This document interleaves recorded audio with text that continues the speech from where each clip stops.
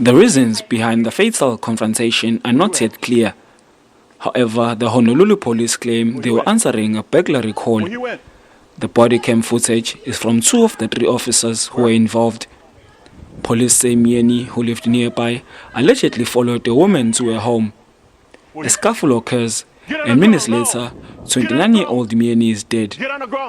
The family has filed a wrongful death lawsuit, accusing the police of attacking Myeni without announcing themselves as law enforcement. They also lament the lack of media coverage of the case by the US media. But an international relations expert says this is not unusual. The gentleman who was shot in Hawaii was not American. He was a South African, and perhaps, there might not be much sort of inclination towards covering stories that are not really related directly to American citizens. It's very hard to actually speculate, but, clearly those incidences that did make it into the media, there was a lot of mobilizing. The killing of black people by police officers in the US has caused widespread protest under the banner Black Lives Matter.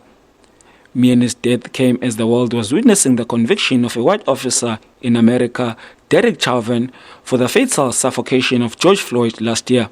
We need international solidarity when it comes to these matters. I think that it's not just a case of being American or being South African or what have you. I think there needs to be a global discussion around ongoing violence that is demonstrated by police officers and, general law enforcement towards people of color.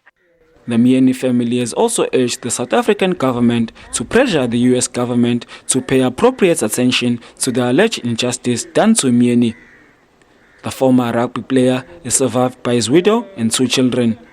Bongani Kema, SABC News, Durban.